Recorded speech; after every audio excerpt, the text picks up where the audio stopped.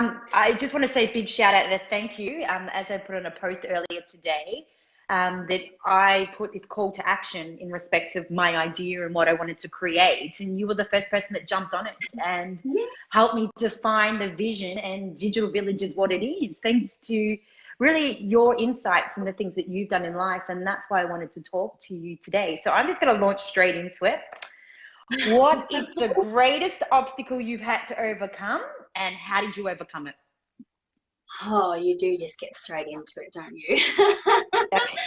Look, well, first of all, I'm just impressed. I'm very impressed with this series so far. I'm just truly honoured to be a part of it. I think I actually got quite nervous before we started today, and I was like, oh, this doesn't normally happen for me. But I've just watched so many of these so far that I went, you're actually doing a phenomenal job, and the women that you're bringing on, and the men too, are just such high caliber of people with such massive visions or such adversity or things that they've overcome. And I'm just really thrilled to be here and nervous. Now, what was the question? The question you asked me, what is my biggest hurdle that I've had to overcome? Oh, giving up being a control freak. I would. I Because think I'm I the would. same. Oh, you can hear me. You can feel Mm. me. Yeah, I can feel you. Yeah.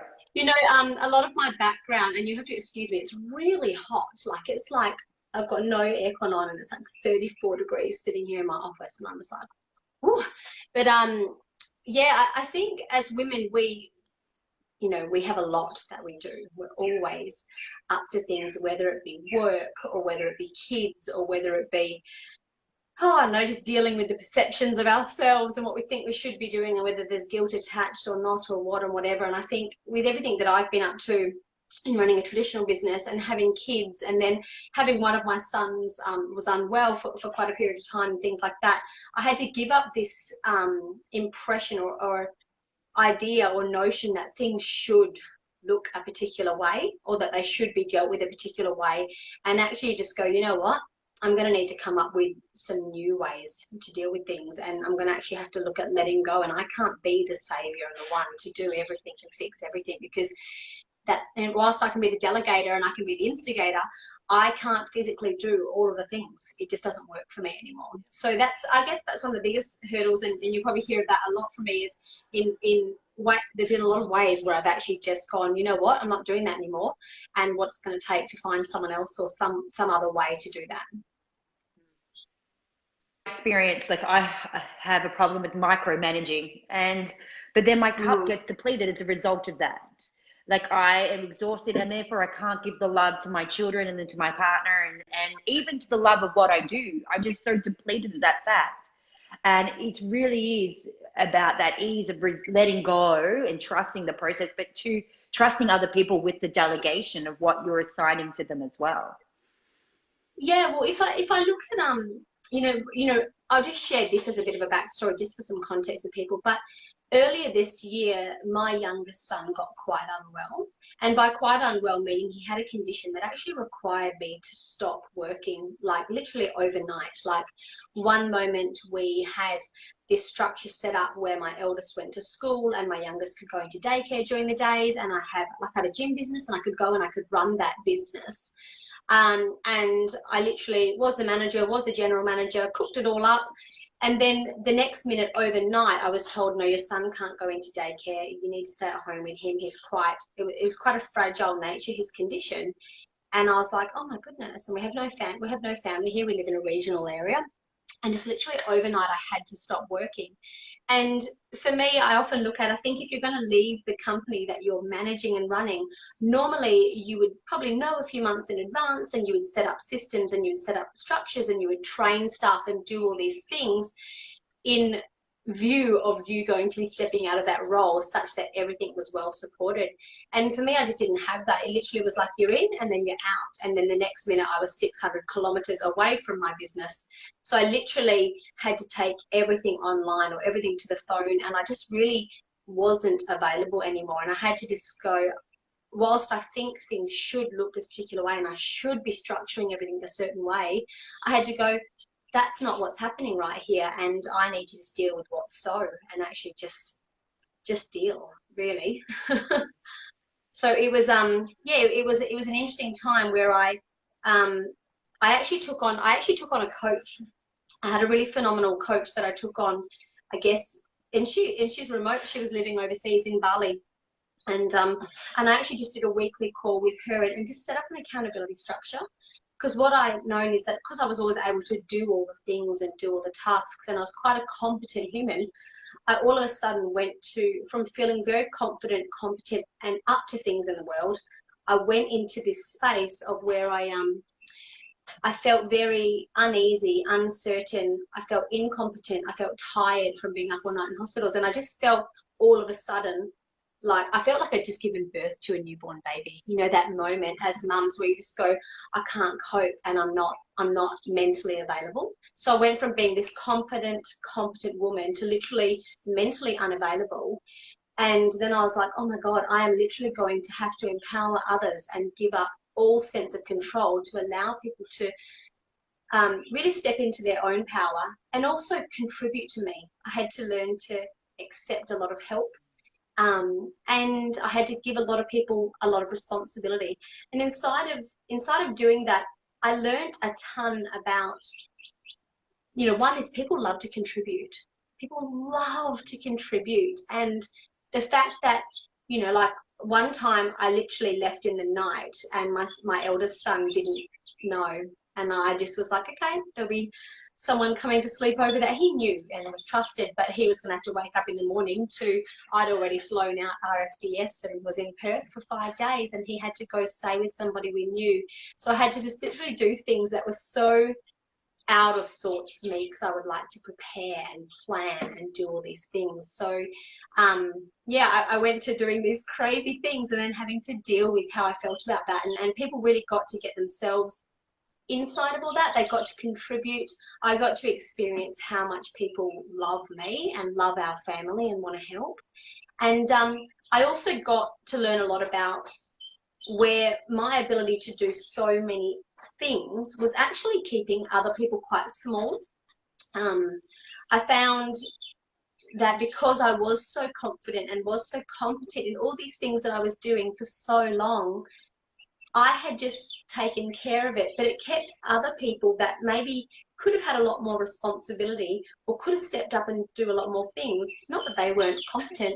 It's just that I hadn't created that opportunity, or they felt like I didn't think that they could do it. So I actually was like, ooh, and I actually got to, I guess, kind of crack the surface and lift the lid off that and allow other people to have that opportunity. Because I was like, I'm not available. You choose. Like, you make the decision now. Like, what do you think is going to be the best way forward? Yes, we'll just go with that, rather than me, you know, micromanaging things or giving them my 10 different opinions about the way things should or shouldn't or could or couldn't go.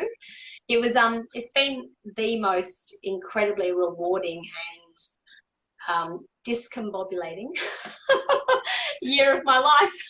Really. Yeah, it's been wild. I love that you put it the right metaphor, because when you were talking about it, it made me think of the newborn stage with my son. You just have to throw your hands up.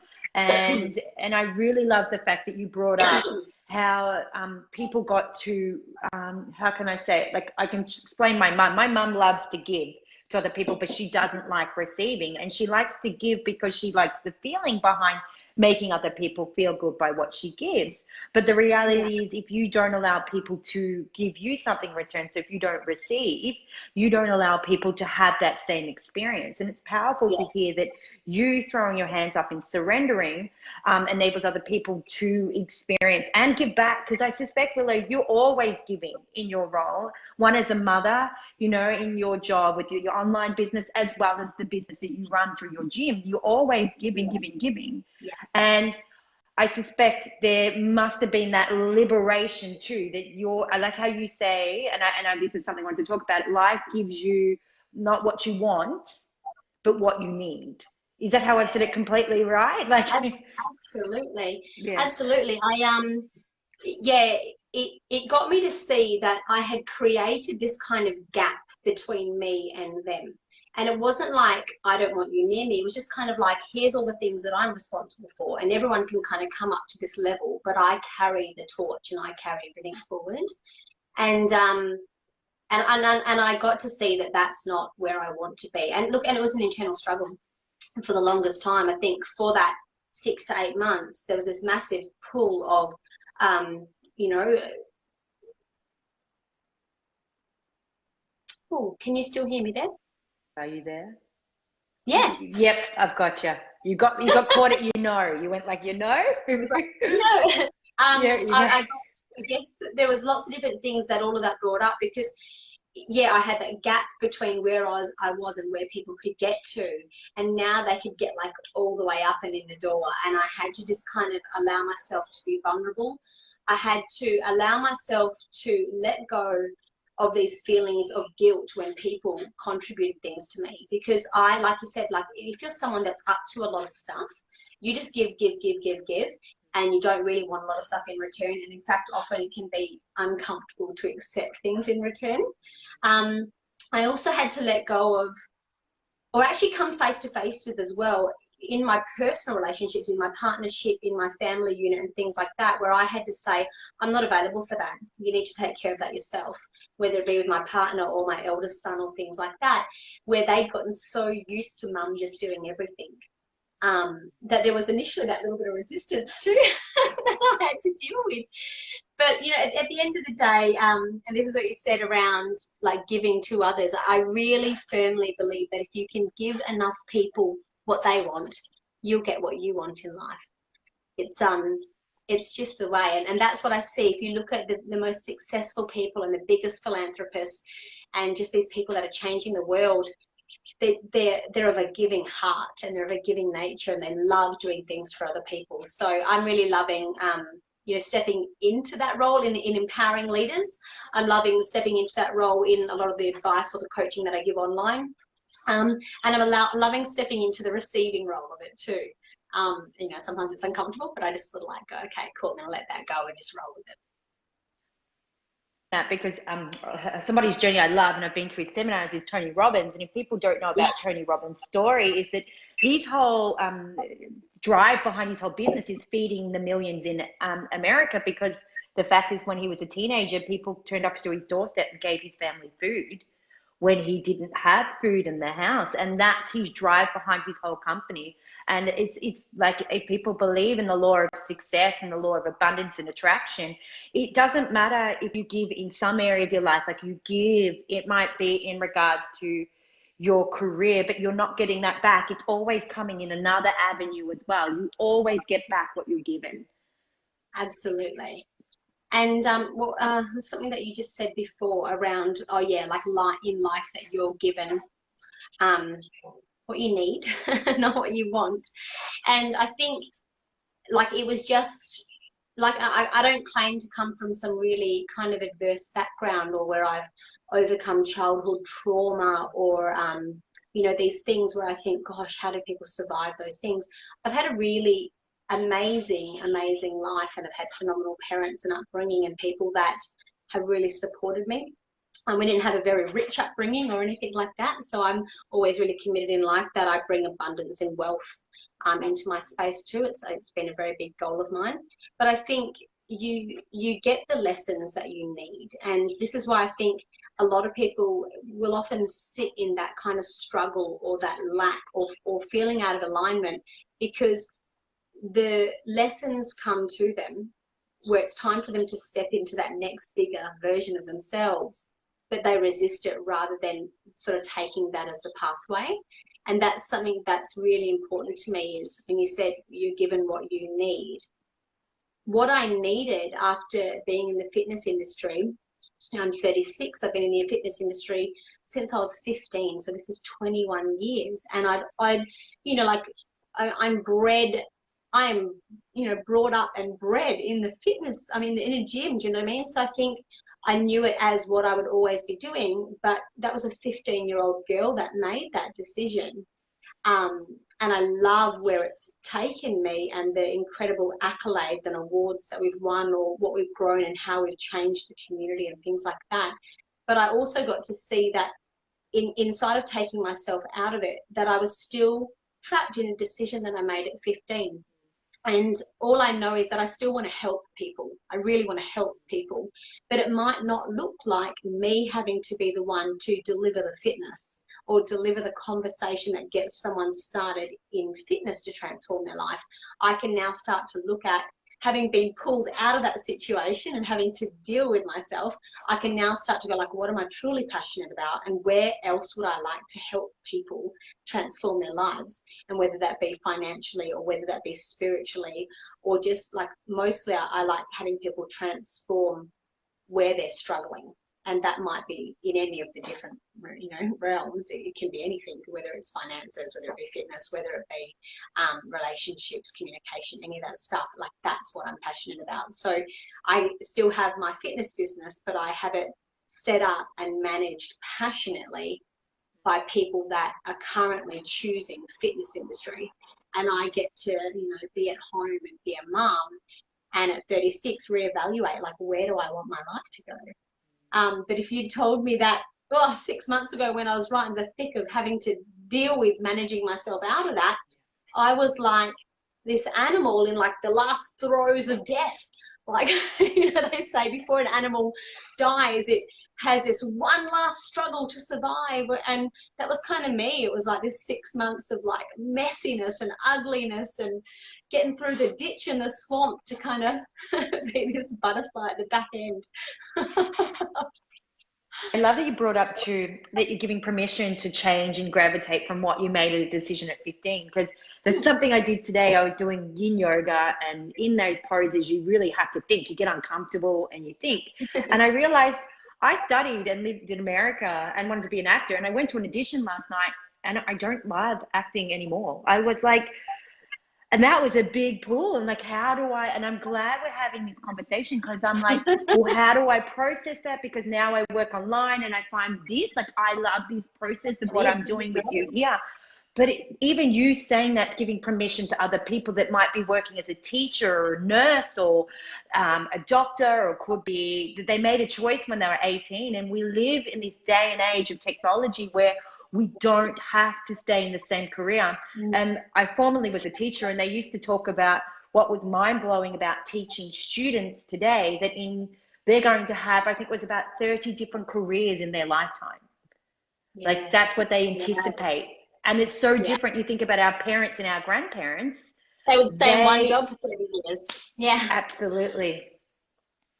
And it's just liberating to hear that you know, you made a choice at 15, but it's okay. You're going to something else and you have a lot of faith, you know, like, and you've got to trust that process where life is giving.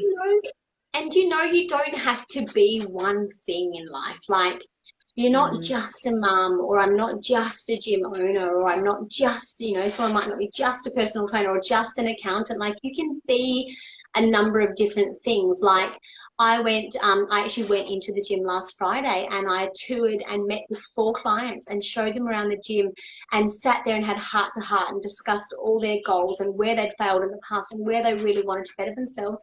And I signed them up to the gym, and then I went home. And I was like, you know what? When I was managing and running the gym, I would deal with like a broken piece of equipment or a rostering breakdown or some maintenance or some like sickness or a resignation, or like, I would deal with all the aspects of the job that I didn't want to be dealing with all day long. But I knew it was my industry. But I was like, you know what? I'm stuck in an industry, but not doing what I'm passionate about too. So now I chose to step out of the running and the managing, and actually I put in someone far more structured and competent. Turns out I wasn't the best one in the planet, right? But I now get to just still like dip my toe in there every now and then. Like I said, I'm not handing over all the leads, because I still want to meet with a few people and talk about fitness, because I love it. And I've done it for 20 years. But how fun is it now being able to, you know, for me, it's 4 o'clock on I don't know what day it is, a Thursday.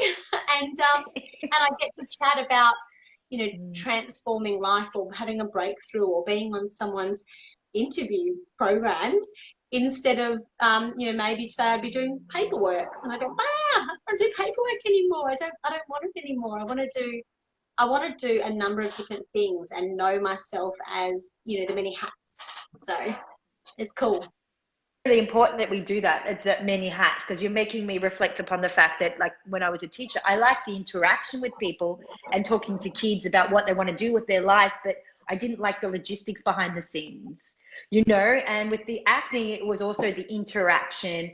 And I like that you're saying, like, we can have many hats, and then we can also create some sort of career that, you know, that suits that and fits around what we love. Like, Yeah, right now, you know, my husband's out with my son doing stuff, but I get to go with my son and do the little things that he loves to do, you know, like, and I get to do the little things I love to do, like this and that, and yeah. anything's possible. Like, you can create the life you want.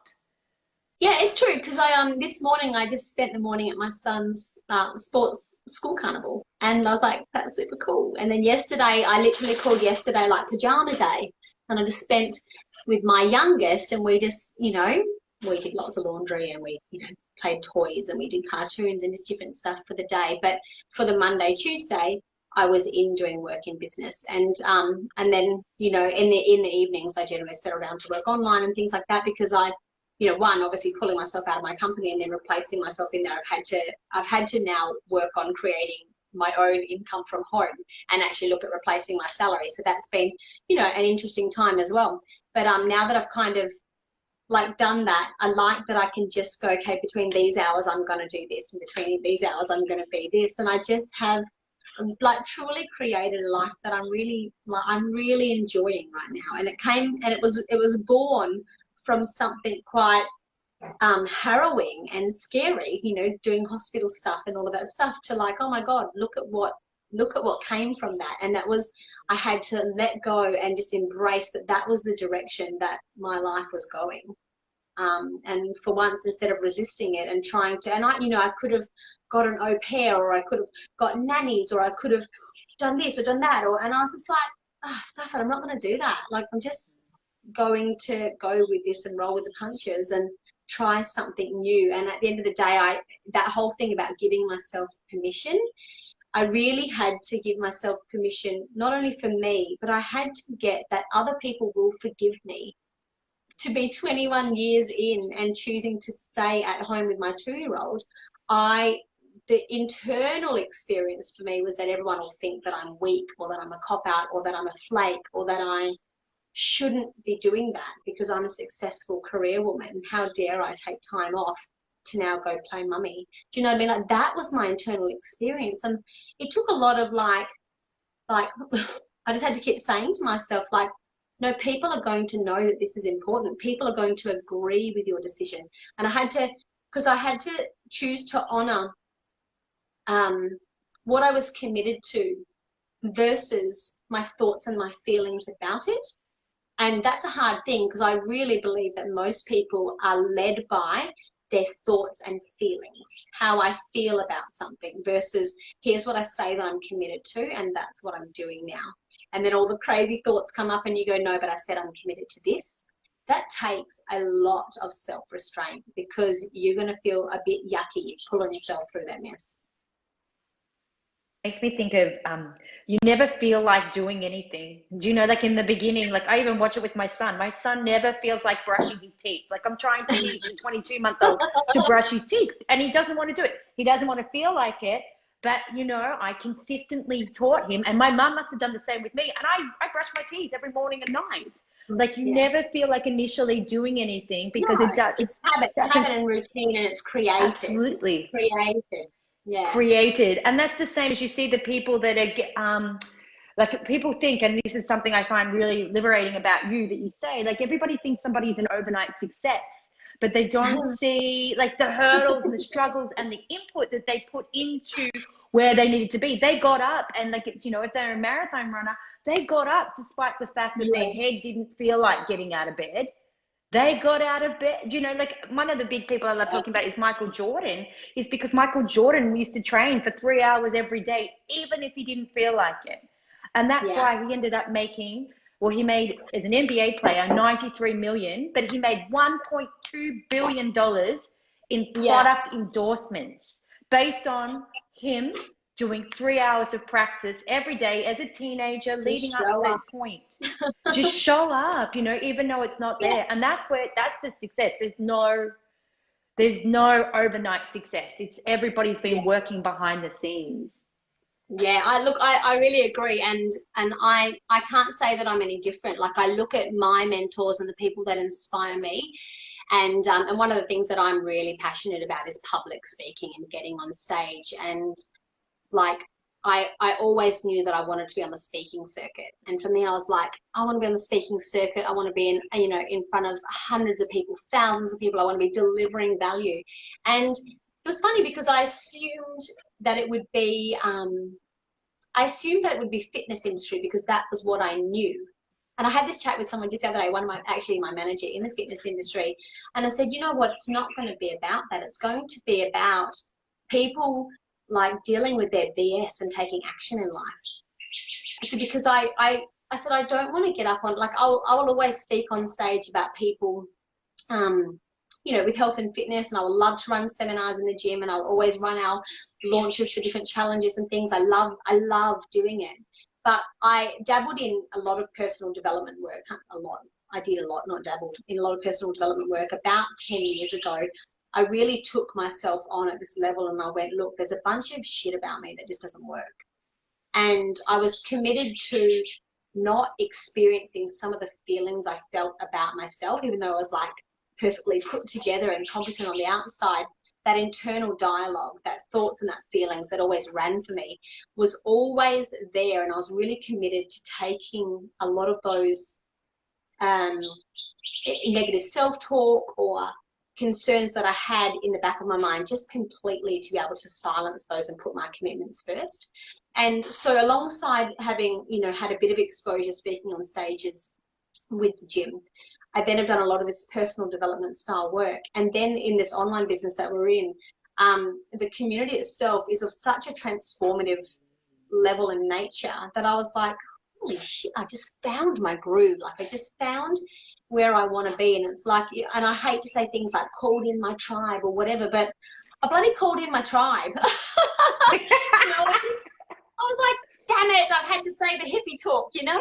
But but for me, I was like, I literally called in exactly what I want to be doing. And now I've been like, I deliver trainings, I do interviews, I've been on massive like webinars and podcasts and causing this difference in the planet, as are you.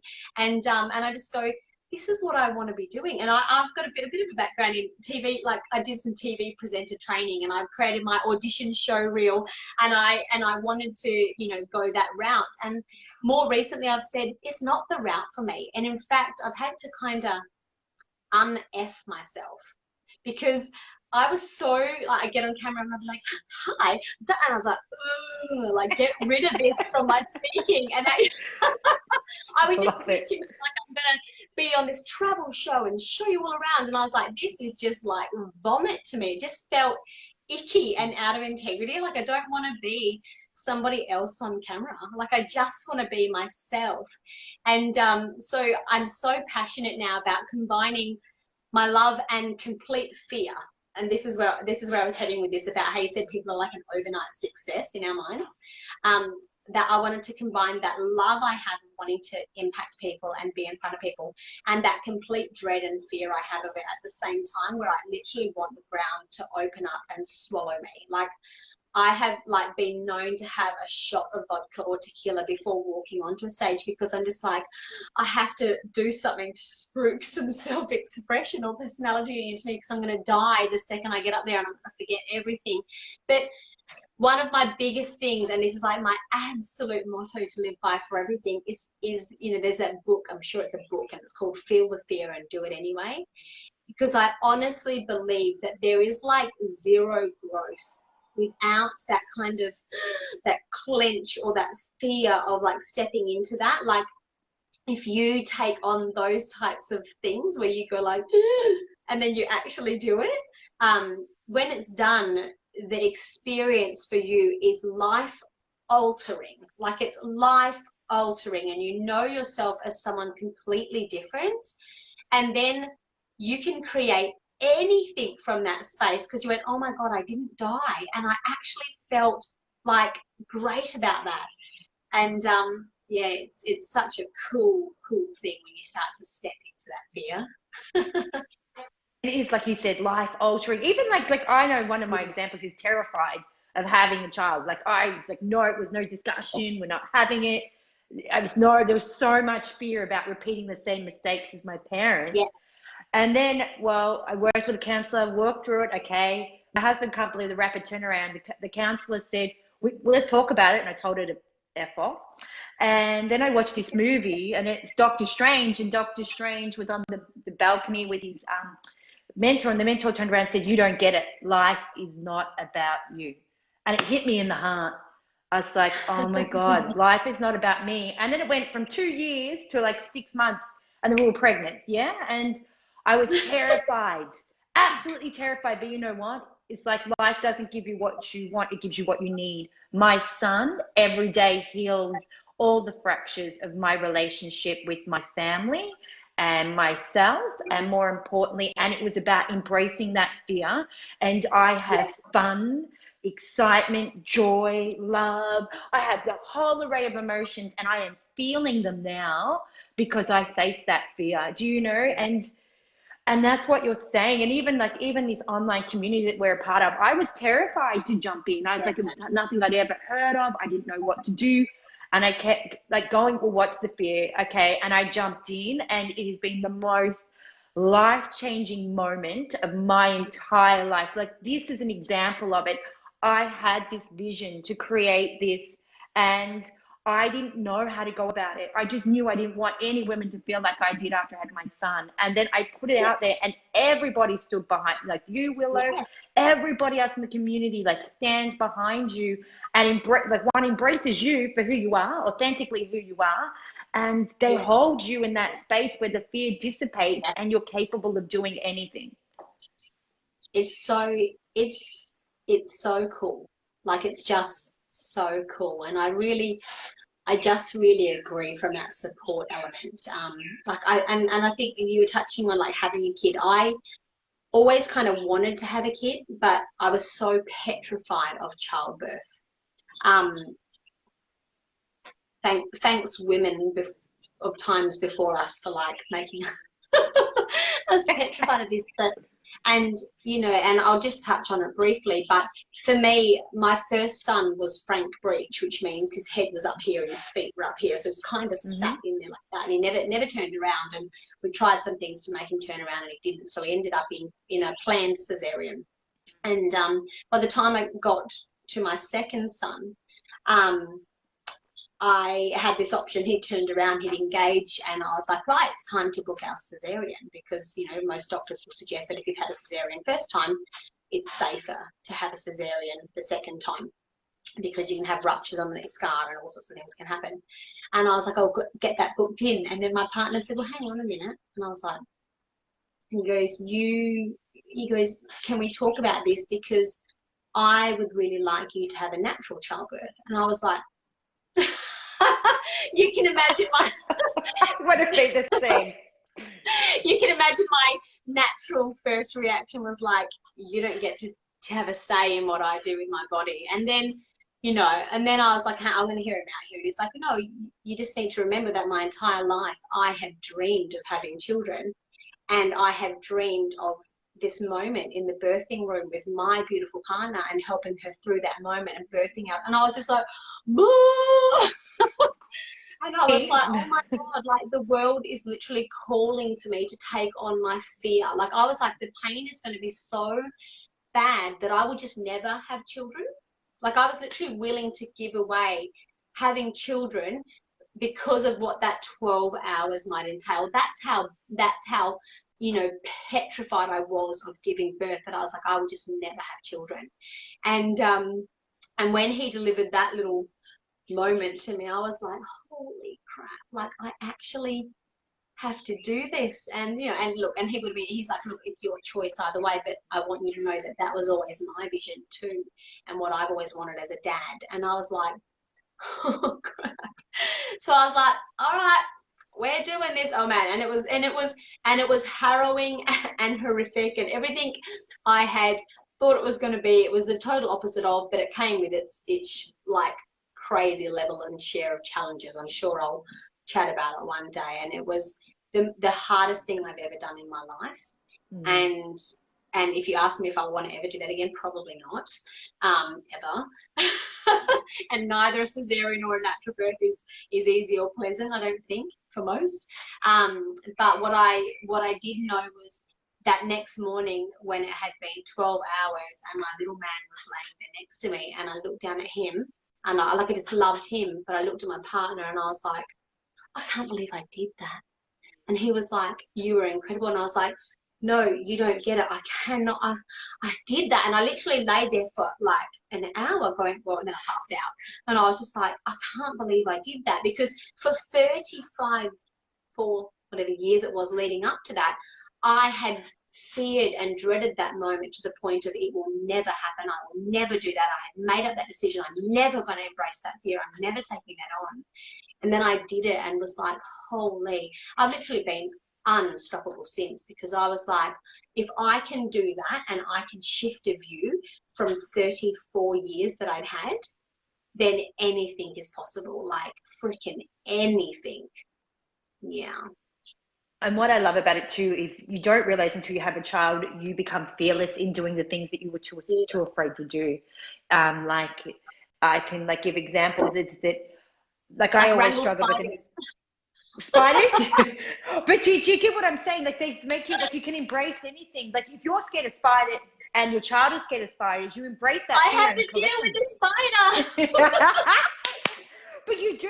You have no choice but to, because you want to be the model. Like for me, like it was about, well, I want to model to me, like even me doing this now, is anything and everything is possible. And the only way, I can't say to my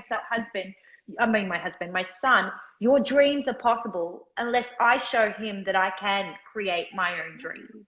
Like you cannot, and it's always that, it comes down to that metaphor, monkey see, monkey do. It's not monkey say, it's always. And I can even tell you an example, like I was like, don't throw things, and I saw me throwing things, and my husband and my son copies me. Do you get what I mean? It's just don't, and you smack their hand and say, don't hit the dog, and you're like, oh, I just kind of it doesn't really make a lot of sense, does it?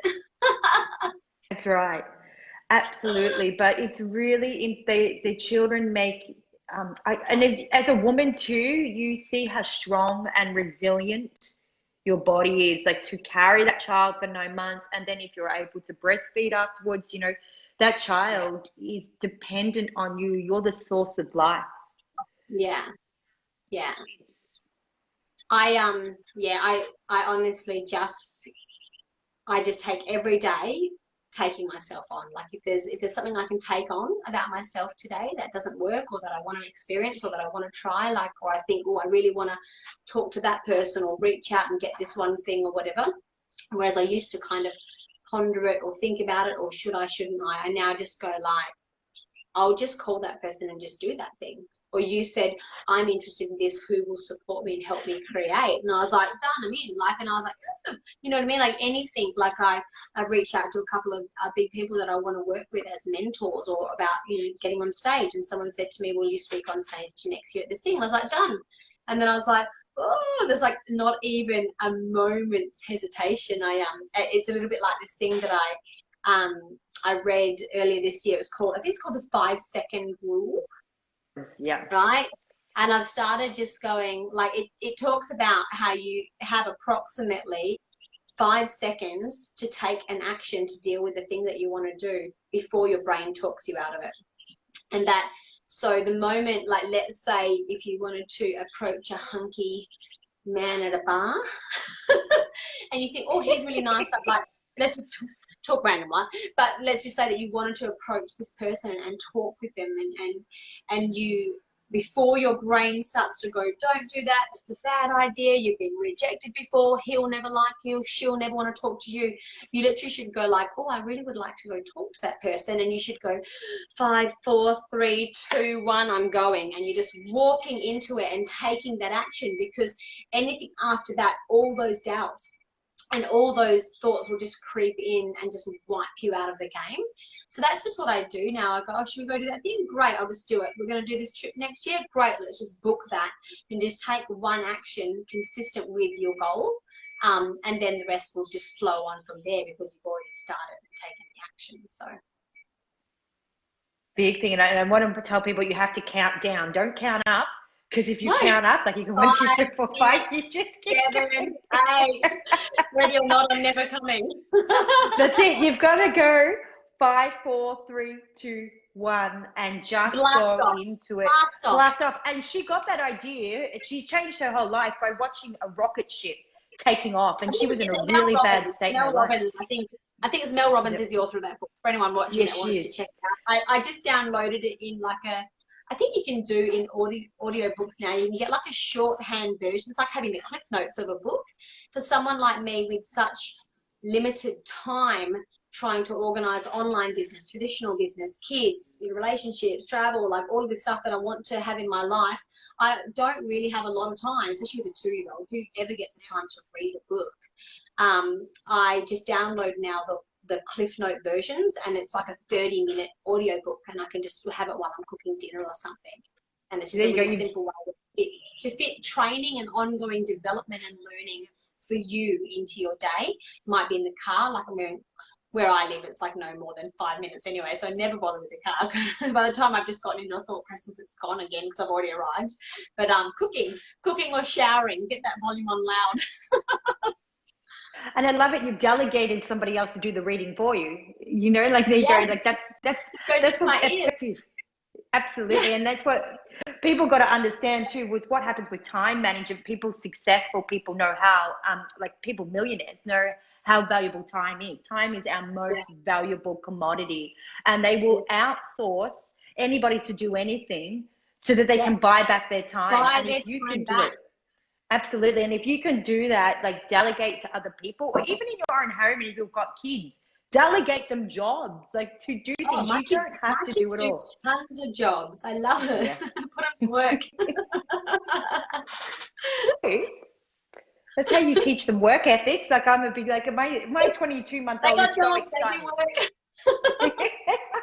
Well, my 22-month-old is so excited to do jobs. You know, he's at that age. Like he's like wanting to copy. Mum goes to the bin. He puts things in the bin.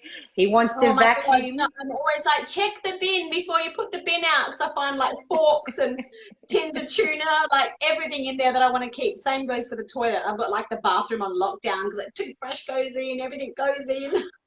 so helpful. Very, very well. Well, I think we're running out of time. So, Willow, what I want to do is, if people want to get hold of you, how do they go about doing it? Oh, you find us online.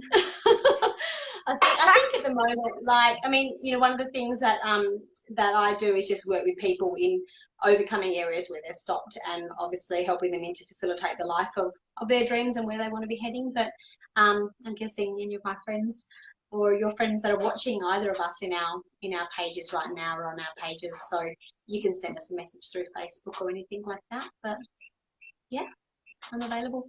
I'm going to ask you a password. I'm going to try to think of this. I hadn't thought about it ahead, but I was thinking, could you give 3 tips could be to men, women, whatever, that they could do today to make their lives easier?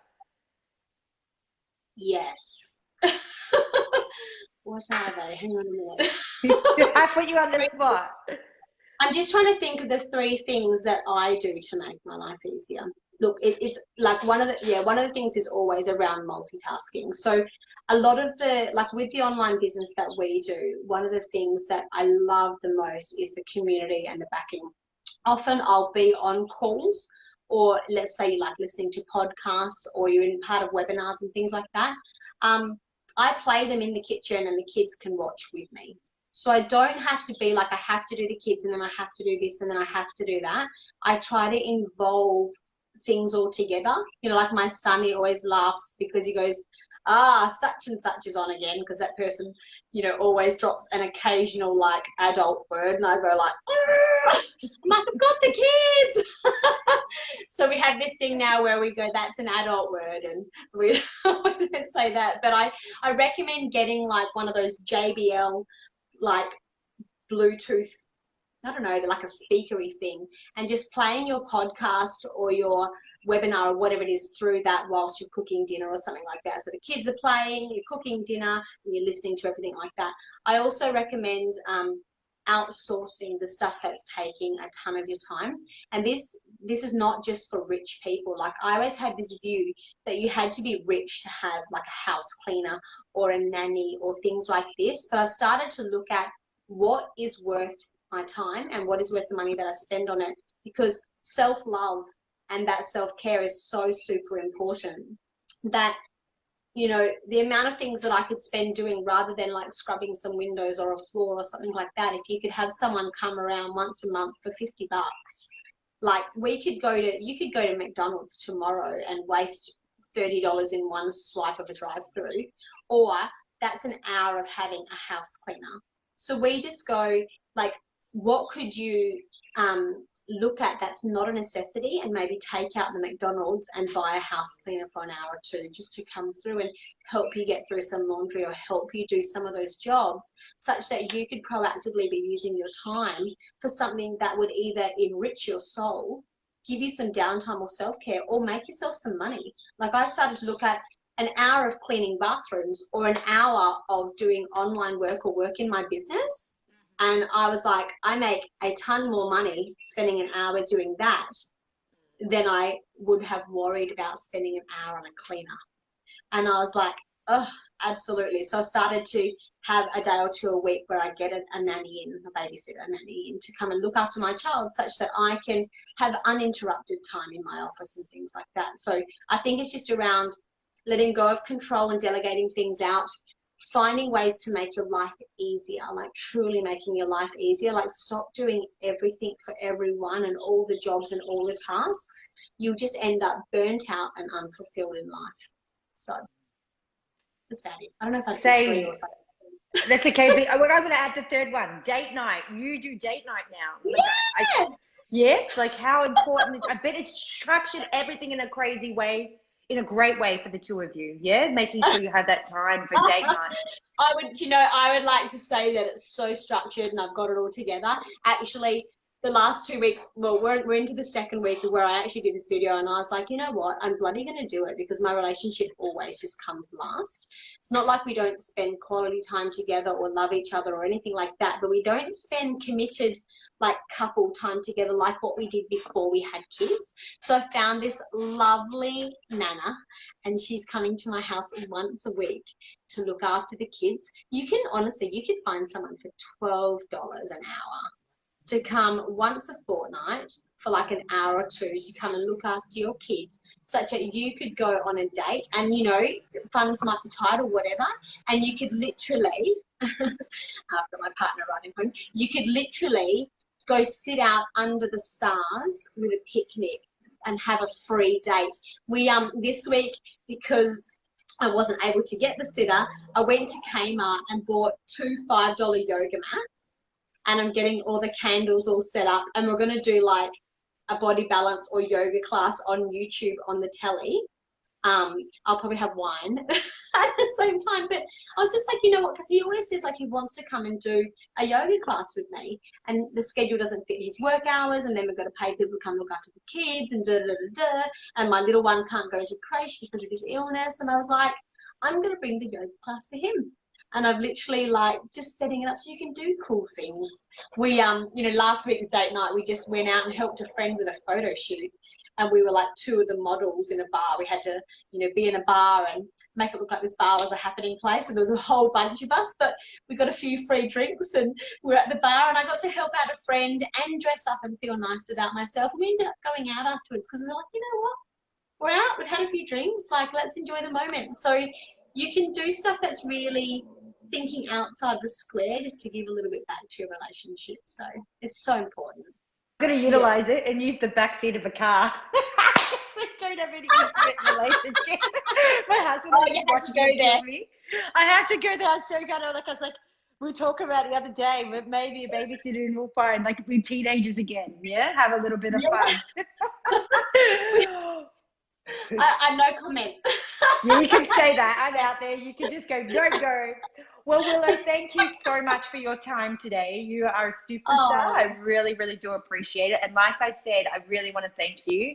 You are one of the reasons why this is possible. You believed in me from the moment, and you're I welcome. just, it's just liberating to have other people like, and that's what we talk about here. Our community is really supportive of I enabling think everybody to have a you vision. you are just such a natural conversationalist. It is an ideal pathway for you to be in interviewing people. And I could hear it when you started, and I've watched it over a number of weeks. And I just think keep going because, like Oprah, Ellen, everyone started just interviewing one person, and they didn't start at the top. There's no one's an overnight, no one's an I love overnight it. Exactly. success. There's 20, 30, 40 years, except social media wasn't around, so you never saw their backstory.